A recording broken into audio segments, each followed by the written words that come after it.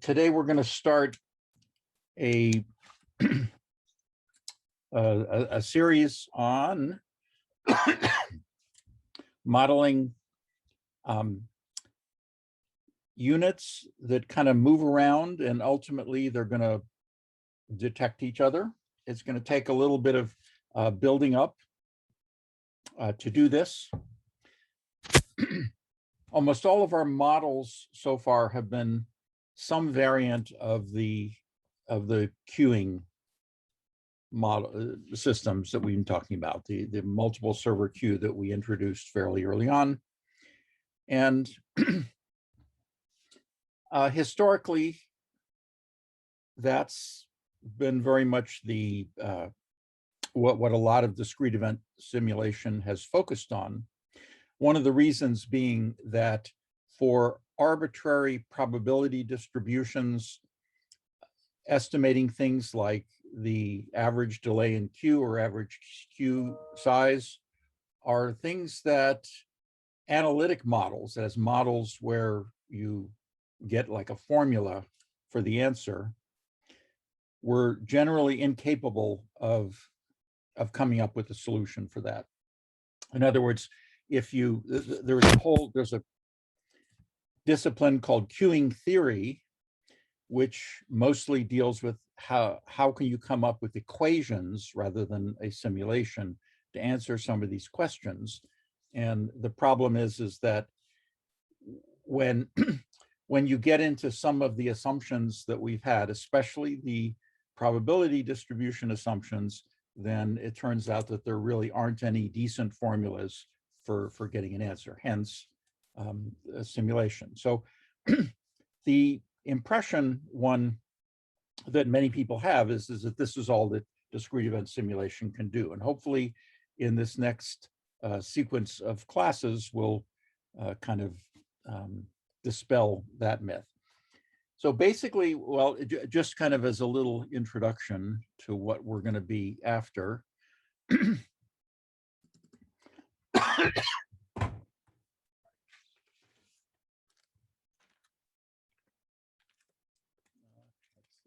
Actually, I think I need to share my whole screen for this to work.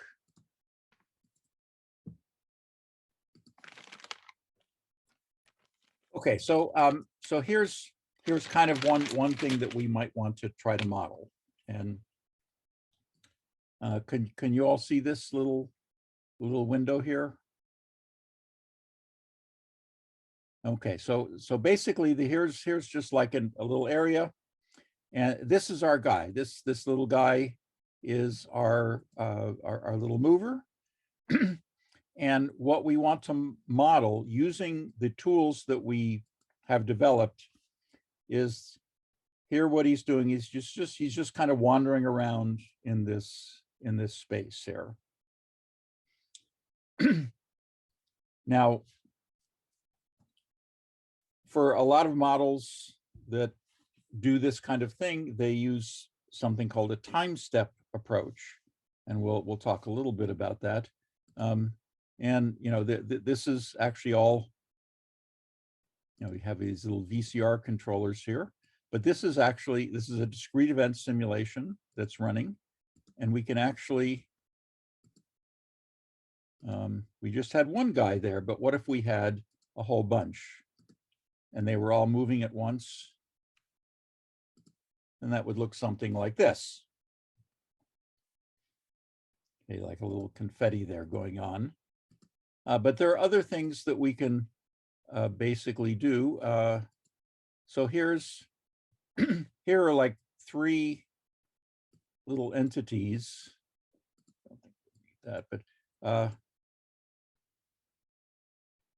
and what they're doing is they're moving according to three different rules. So this red, let's see, I forget which one is, yeah, the blue one. What the blue one was doing, so we can look at that again. The blue is, if you focus on the blue dot, it's just moving according to a predetermined list of points. And when it reaches the end, it's going to stop. And now if you look at the red one, it's moving according to a predetermined set of points, but it just keeps going over them again and again. Notice it keeps going to the same points again and again. And then this other one with a little red ring around it is just kind of, again, wandering around randomly. And so this is all happening at once. And if you look on the,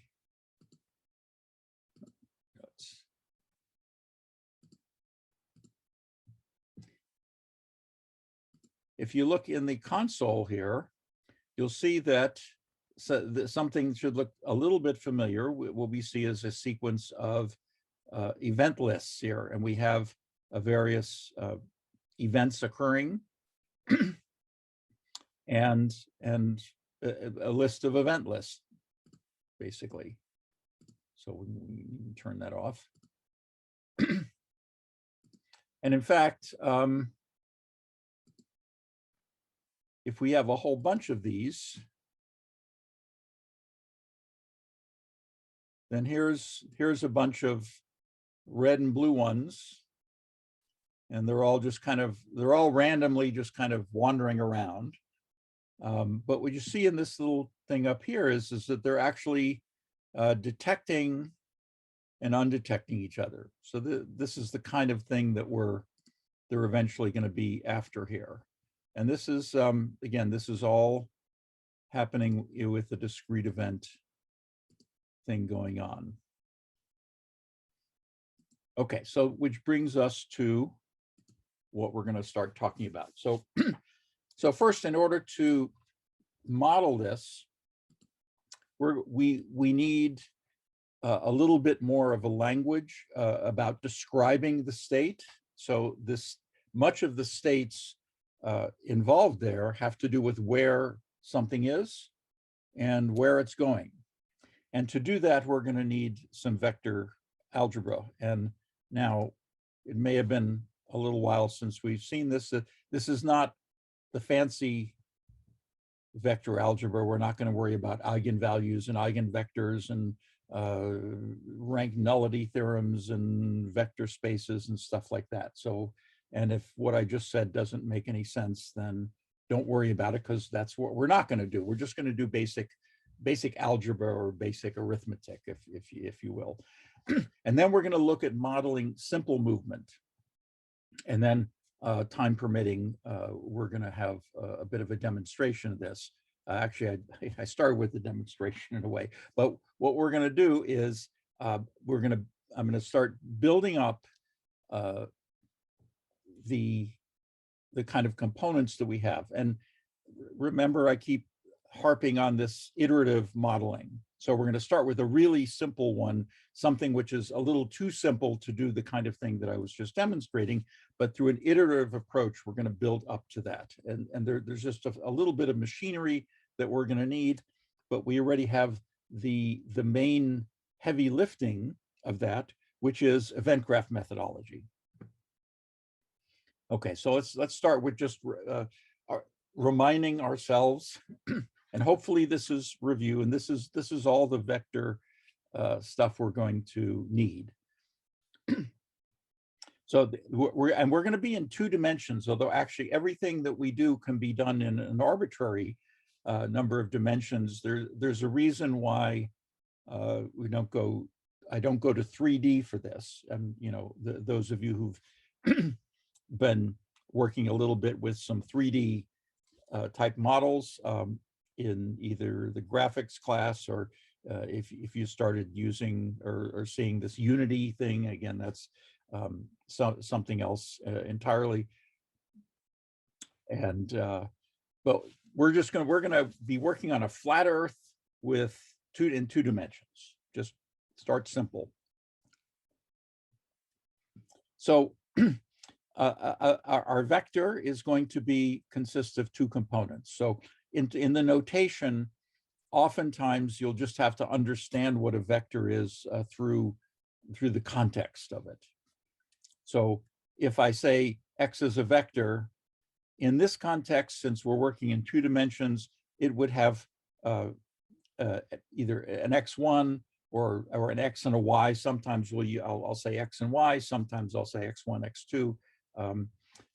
Hopefully we won't be delving, working too much with that, because one of the nice things about using vector notation is that it allows you to express things fairly simply, as we'll see. So for example, if I want to add two vectors together, then all that means is that I add the two components. So if I have vector X and Y that have components X1 and X2, Y1 and Y2, then if I add them together, it simply adds the two components.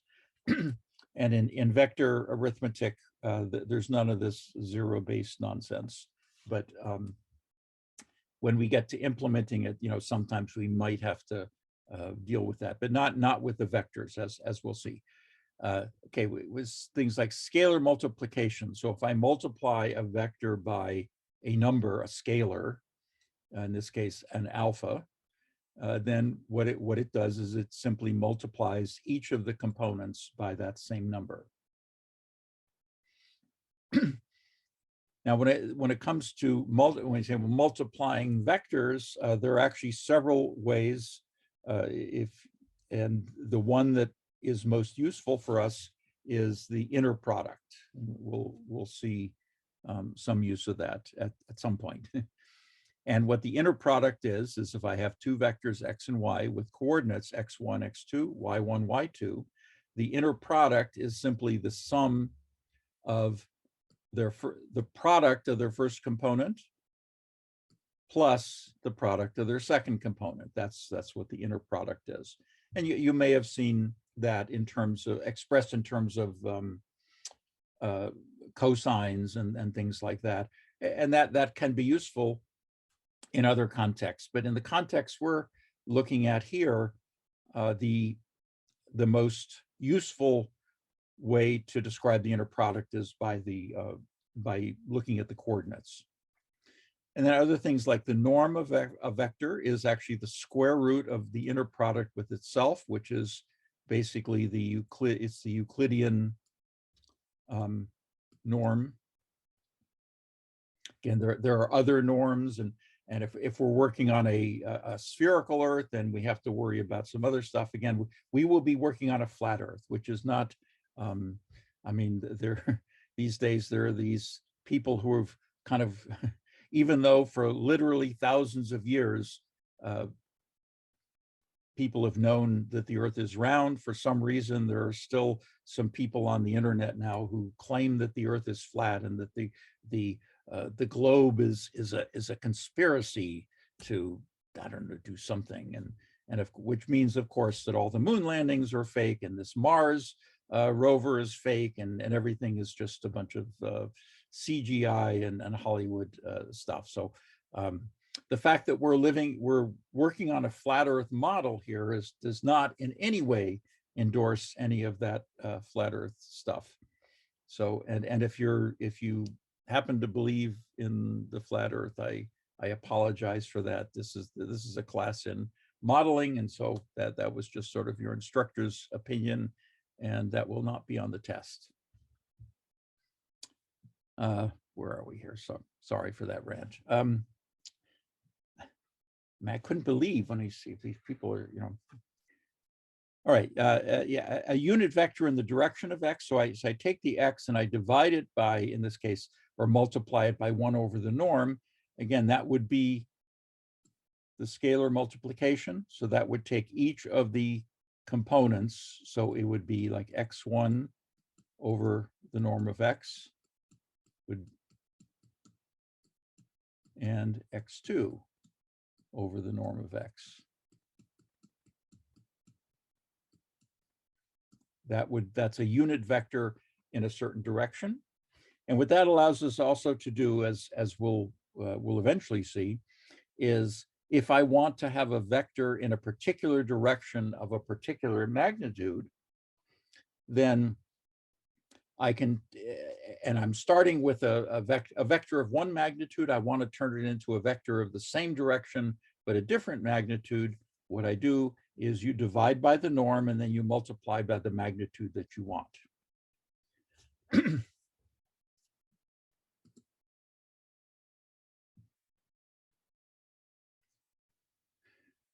Yeah. Yeah. Okay, so I see we're all flat earthers now. So, all right. Okay, so this is all the background that we really need. All right, so let's start as simple as possible. And so we want to model the simplest maneuver that we have. So we have a unit that's located at, I'm going to call it X naught. And keep in mind that X naught is a vector in 2 dimensions. And just for simplicity, we'll say at time 0, it starts moving to a certain destination D. And again, this destination is another vector. And it moves with a constant velocity. And remember that velocity is also a vector, and the norm of the velocity is the speed. So you all, I'm sure you all understand the difference between speed and velocity. So speed is a scalar, that's how fast you're going. Velocity is a vector, and that includes the direction that you're going. So what we want to do is we want to simulate this movement here. We want to simulate this entity, this blue guy, wants to move to this destination at a certain speed. And that means that at a certain time in the future, and again, we're talking about simulated time, this guy, the blue box, is going to wind up at this location. Okay, that's what we want to model. So now the usual way, the quote usual way of doing this, it involves something called a time step. So I'm just going to take a little digression into time step. And this kind of, the idea is that, what is a time step? So we have some kind of time discretization, we'll call it delta t. And the way a time step works is every delta t time units, if we're moving at a constant velocity, every delta t time units, we just sort of jump to the next location. In other words, we add delta t times v. Remember, v is a velocity. So after 1 delta t, we're here. After another delta t, we're here, etc. And then we keep click and click and click and click, and then at some point we reach our destination. We're there. Easy, intuitive, and but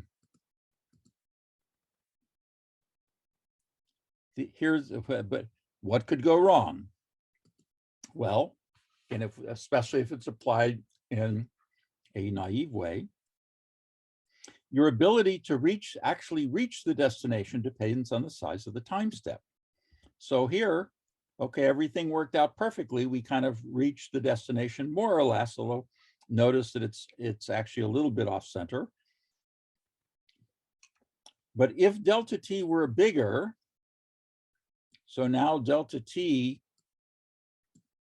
we kind of jump from here to here, and then at the next delta t, we jump here, and then we jump here, and then all of a sudden, we overstep our destination. And this is not a theoretical or abstract issue. In time step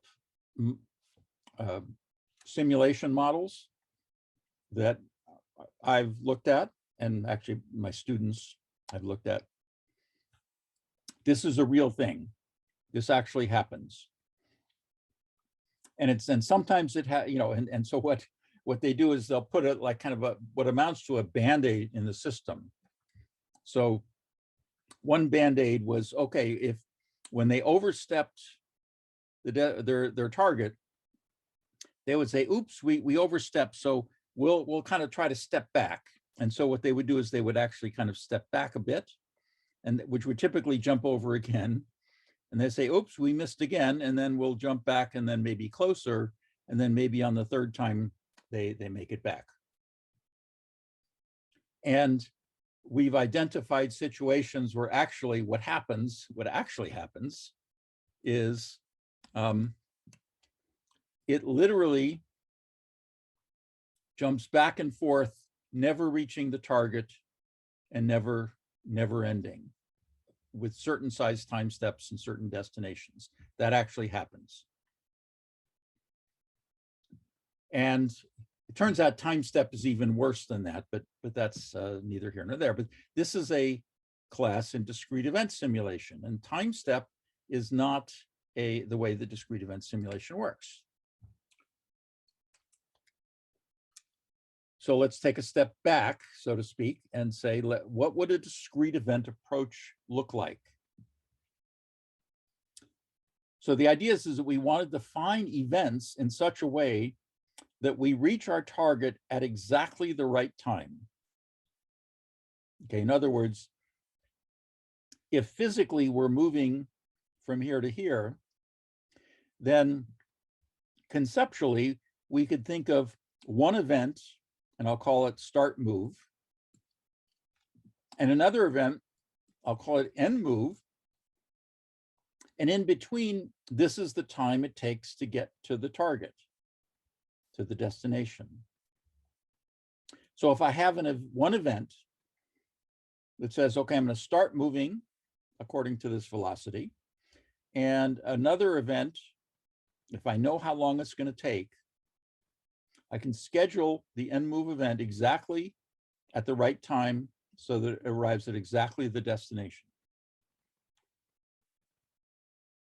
The other thing that I want to do is I want, at an arbitrary time, I want to be able to say, well, okay, I got these two events in here, but where is the unit at exactly this time? Keeping in mind that this is a diagram, this is a picture, and on the computer, it's all going to be calculations. You know, whether there's a fancy graphic or not, under the hood, there needs to be algebraic computations. And I say that this is not possible with time step. So why do I say that?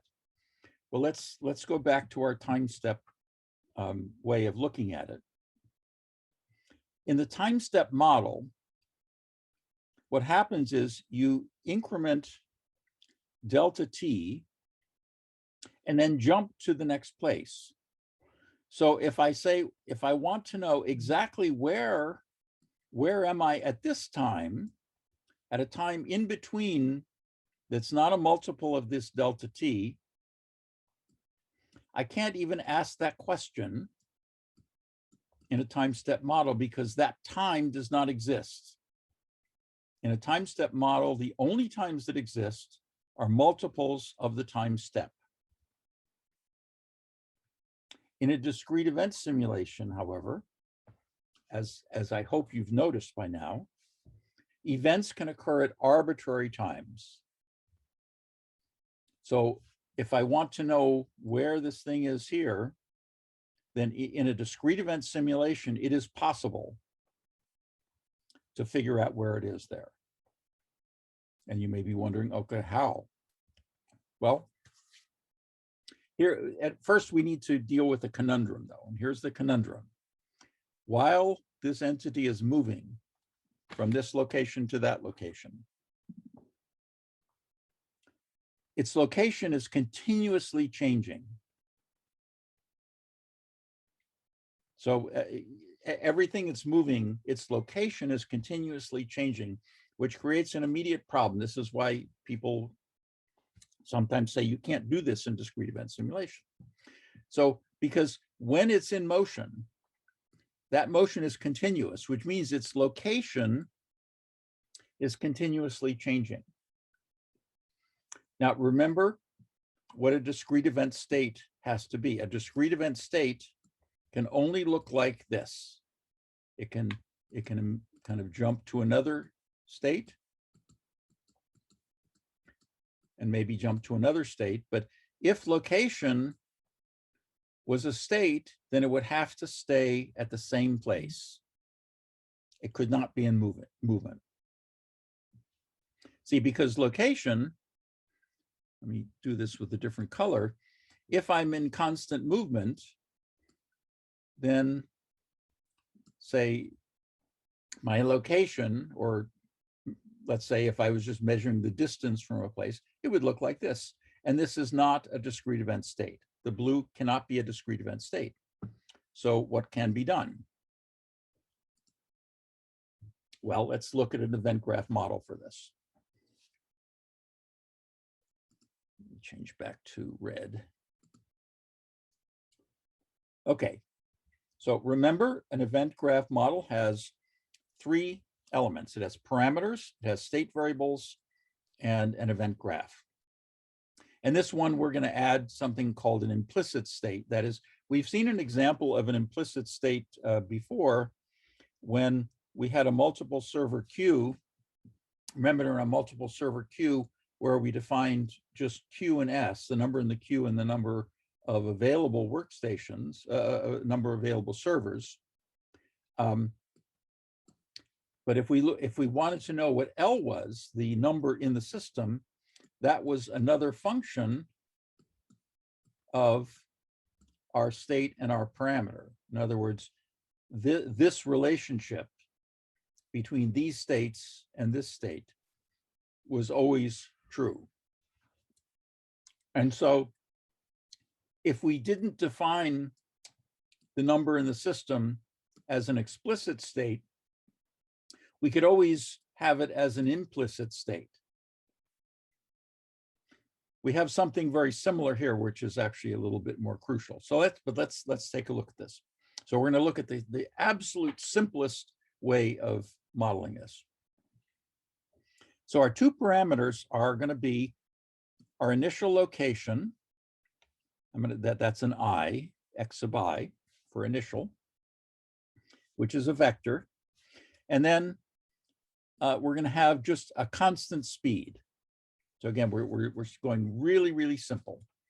Obviously, in a more realistic setting, we might have different, we might have like a cruising speed or a maximum speed or a minimum speed, or anything in between. But here, we're just going to go really simple. So our units are just going to always move at the same speed. Again, iterative modeling. We're going to start simple and then, if needed, improve it.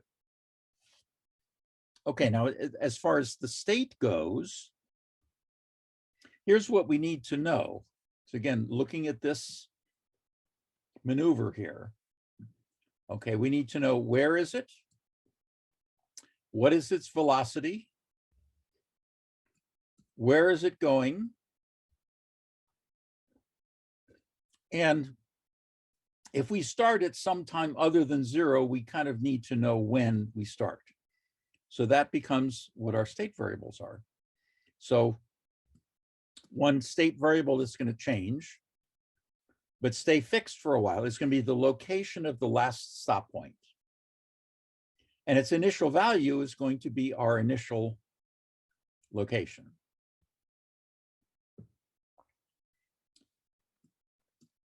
What I'm going to call T0, which is the time that the move was begun, which is initially going to be 0, or actually, I might even make this not a number. You can make a case for making this not a number.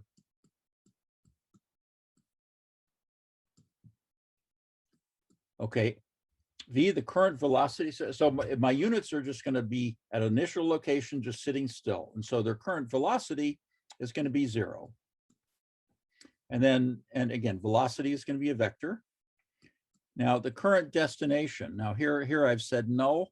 I'm actually going to change that to something I'm going to call NAP, which stands for not a point. Remember, we have not a number. We also have something called not a point. The reason it turned you could have it be null. Turns out not a point is actually a slightly less dangerous way of modeling it. You've no doubt encountered null pointers before, null pointer exceptions. And so when you have something that's explicitly null, there's always the danger of having a null pointer, more of a danger of having a null pointer exception. So we want to avoid that. Is that in Java, or is that something that needs to be imported from SimKit? Or We're gonna kind of, Java doesn't have one, unfortunately. What we're gonna do is what we're gonna call NA not a point is gonna be a two-dimensional vector whose coordinates are not a number. Okay, so we're gonna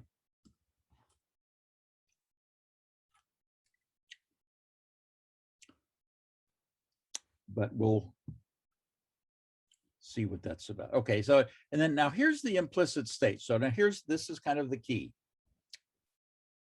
The key is that, and here so if I'm moving from here to here, so here's my x naught. I'm moving at velocity v, and here's my destination. And I start this at t naught. Then I have this equation of motion. In other words, as long as the unit is performing this maneuver, its location at time t is exactly its initial location plus the velocity times the elapsed time. And what's the elapsed time? The elapsed time is the current time minus the time that you started.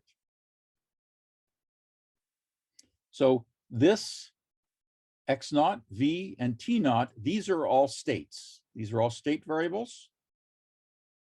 And notice that in this equation, t is changing, but the state variables are staying fixed.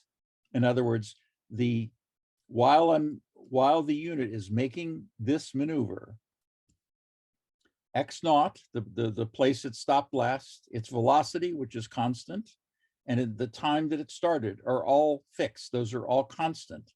And therefore, these are all legitimate discrete event state variables. But its location now, as a function of simulation time, is something which is continuously changing. So if at any time I want to say, where are you? I just plug in the sim time, and then this will pop out. That is, the location at any time can be determined from these discrete event states. And they're discrete event states because they're staying constant. I had a question with that. Sure. With the location can be determined at any time, but how frequently can it be checked? So if you're in the middle of like a start service and you want to check, like for the homework example, how long has the machine been running? Mm-hmm. Will it check, 60 times per second, or how frequently can it check that time? Well, there's no conceptual limit to how long you want to check it, but in practice, you don't want to check it continuously like that. You only want to check it when you need to. In other words, with the homework in mind, it's like if I have an entity, now we're doing a whole context switch here. So remember, entities have a timestamp and the ability to get the elapsed time. Remember, we use that a lot in that model with the berths. So that when it started unloading on something, you stamp the time, and then at some time later, when you had to do a switch of the cranes, you said, okay, how long has it been working? You get the elapsed time. So in that, in the context of the machines, if you want to say, well, how long has this part been working on the machine? If you stamped its time when you started working, then the elapsed time would tell you how long it has been working. So, and in fact, that you want to kind of get away from the idea of continually checking. That's an approach called polling, technically, and it's actually if you ever find yourself thinking, okay, I need to check this a lot, then at least in a discrete event context, you need to take a step back and say, is there a better way to do this? Does that answer the question? I hope somewhere in there. I think so. I guess the way I was thinking about it was putting almost something like a timer in an if statement. So it's constantly checking, like, is this time greater than the Nope. fixed time? Yeah, no, you don't want to do that. Okay. The whole discrete event idea is that you want to do that kind of quote checking only when you need to. And that will typically be at events which occur at intervals, not constant intervals, but basically only when you need to. You should not be checking every second or every so often. And so again, in a discrete event context, if you find yourself thinking that way, take a step back and say, is it really important that I know this value? And in particular, see that kind of thinking is what leads to this time step thing. It's like, okay, where are you? I need to check every delta t time units to see where the heck you are. But the thing is that if nothing happens between the time that I start moving and the time I reach my destination, then in a discrete event model, at least, if nothing happens in between those events, then nothing happens. In other words, what is it that happens in a discrete event model? What happens is the state changes. And what's the only thing that causes a state to change? An event. So in this context here, we're not doing anything other than moving. We're just saying we're going to start move, we're going to finish moving here. In between, there's nothing that happens. In between, there's nothing that causes our state to change in this context. Again, we're starting simple. Ari, I think, and I don't know if this is what Josh is trying to mentally picture, but what he's saying, what is triggering in my mind is the collision detection. So you have two objects moving at different vectors. I assume you're going to show us this at some point soon. It's like, when do you say, I think what I get is, you do the math to figure out where they're going to detect, and that'll give you your location, but it's just figuring out how to do that math properly and how you would take that and put it into code. Well, and that may be getting ahead of where we're at. Yeah. But that's just, two things. One, you're getting ahead because this is all we're doing is just trying to do this. Second, thinking about the code is premature. So if you're thinking about the code, you're thinking about it too soon. In other words, what I hope to promote is that before you even think about code, in the context of a discrete event model, think about an event graph. Think about your states, think about your events. Before you even have a thought about code. And when you do that, the code becomes easy. Now, I know that you're thinking he's full of BS because coding is hard. Coding is hard when you think about code before you have a clear design. If you have a clear design, and here the designs are event graphs, if you have an event graph, the coding is easy if you do it in the way that I've been promoting. And I know in your mind, you're thinking he's full of it, but I don't know what I can do about that, but that's my experience. Yeah, so you're absolutely right. I mean, it's natural to think about, okay, yeah, what about collision detection? What about detection in general? And we will get to detection. If you saw in the example, the little demo that I had, there were detections going on. Okay, but before worrying about how to put that into the code, one really has to worry about how do I even think about that in a modeling way, in an abstract way. That's really the hard thing. The hard thing is not the code. The hard thing is the concept. Okay, but first things first, again, we're just trying to get from this place to that place, right? Well, let's see how we can do this. And here's the event graph. This is the absolute simplest one, where this is not the one we're going to wind up with at the end. But this is going to be the first one we're going to do. And I'll let's see, how am I doing time wise?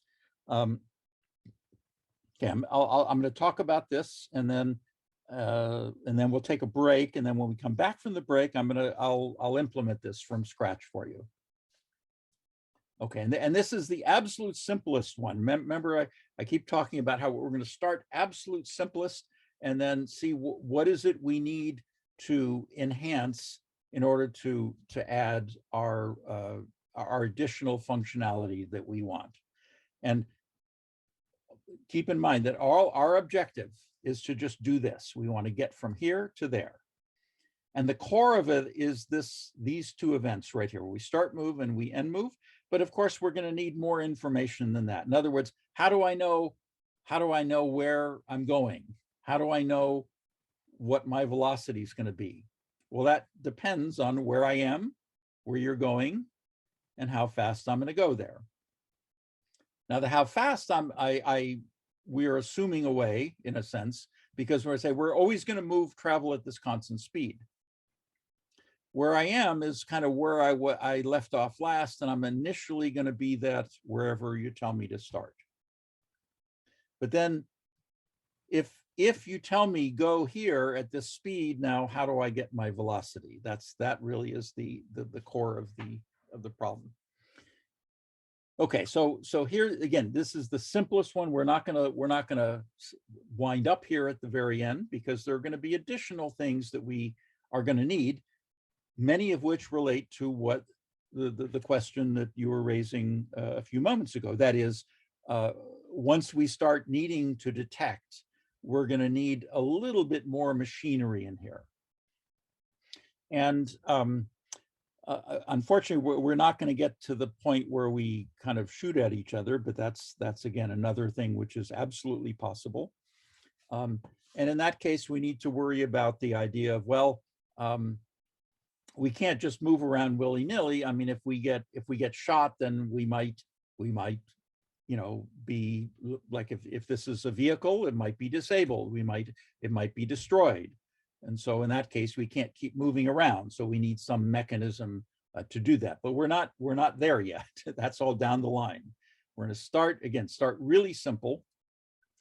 And the advantage is because there's just one very sort of tricky thing that we need to deal with.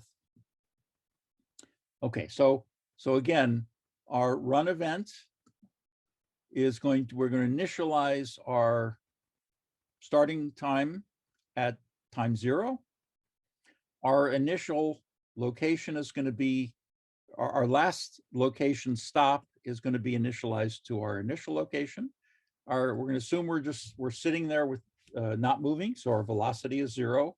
So v and 0, by the way, are vectors now. So and again, you need to kind of understand in context. I mean, in other settings, you've probably seen things where they put little arrows on top to indicate a vector and everything. That just gets to be more of a pain than it's worth. So if you understand something's a vector, it's going to be a vector.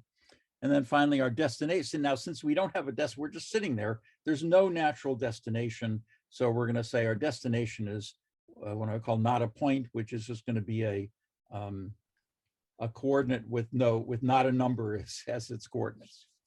Arnie, the x0 equals x, is that a 1 or an L?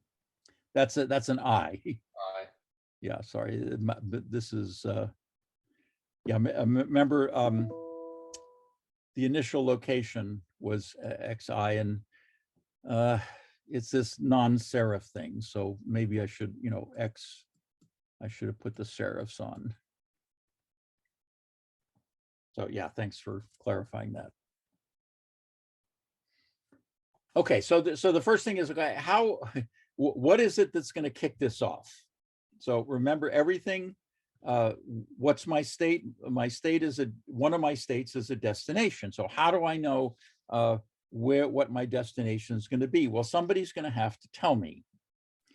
And so how do they tell me? How do you have a state transition? Well, you'd have an event, in this case, an event. And as the argument, you're going to say, this is going to be your new destination.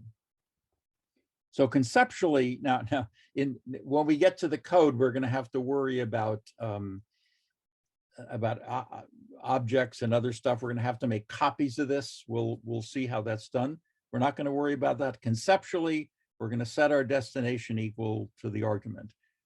Under the hood, what we're going to do is just simply set the coordinates of our D, our destination state. We're going to set the coordinates to the same coordinates as this. And we'll see that there's a simple way to do that. Okay, so that's, again, everything is events. So if I say move here, all right, then that will schedule this start move event that we had before. And then here's the start move to the end move with the T sub M is the movement time.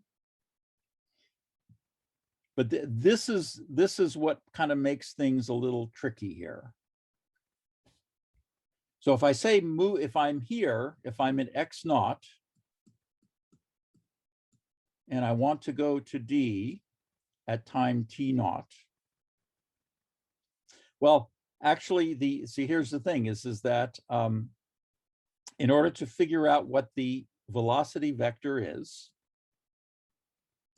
first, if I take the vector difference between my destination and my current location, that's this piece, that will give me a vector in the right direction. But it isn't so I have the direction of my velocity vector. I need to turn that into a vector that has the magnitude of my speed. And remember how we did that back when we were doing that. So the vector D minus X naught is in the right direction. So if I divide that by the magnitude of that vector, now I have a unit vector in the right direction. All right, so I'm moving at a speed of 1 in this direction here. But if I multiply that again by my speed, now I have a vector in the right direction whose magnitude is equal to the speed. Okay, and that is my velocity. So that's what this calculation is right here. Now remember that I need and this is actually not so much for what's happening here, but for what we're eventually going to need, and we'll implement in this first example of where am I in between this maneuver. And for that, I'm going to need the time that I started. Okay, so and what's that? That's just the sim time. I can get that.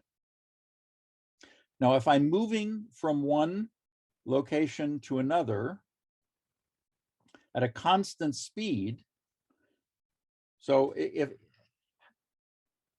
how long does it take to move a certain distance at a constant speed? Well, it's simply the distance divided by the speed. So if I travel 100 kilometers at 50 kilometers per hour, it'll take me 2 hours. How do you get that? 100 kilometers divided by 50 kilometers per hour. The kilometers cancel, and again, that whole unit thing. So that's what this is. How long will it take me to get from where I am to where I need to go? It'd be the distance divided by the speed. And so that becomes the delay on the scheduling edge to the end move. And so my end move will happen at exactly the right time. And when that end move occurs, then what is my new state? Well, my last stop location is my destination, where I am. My velocity is now 0 because I'm stopping. And then now that I'm at my destination, I don't have another destination yet until somebody gives me one. And so my destination is not a point again.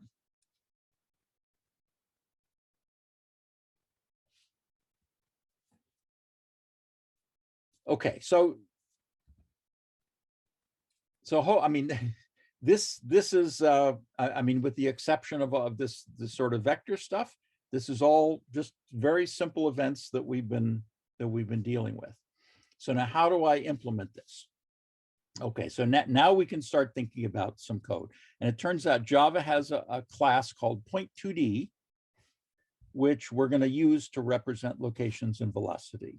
And the principle here is see, if you're using a language, and this is true regardless of any computer language or even outside of programming, if somebody has something that you can use, don't reinvent the wheel. I mean, if it ain't broke, you don't have to fix it. So Java has this class called point2d. It's not perfect, but it's like 95% perfect. So so you might as well use it. So, and now their implementation is a little bit weird. It turns out their point2d is an abstract class because they wanted to have both double and float coordinates, which float coordinates are just not a good idea for this. And so there's a class, and it's actually, the way they do it is a static inner class. Remember, we talked about inner classes in the Java course. So point2d.double is a concrete class. It's an inner class of the abstract point2d class. You don't have to worry about any of that. Just know that this is when we go to implement, to instantiate, we need to say point2d.double. It's a concrete class. The coordinates are double value. We need the double value because floats just don't give us enough precision. And some of the things that it provides us, it has like get x to return the x coordinate, get y, just natural getters.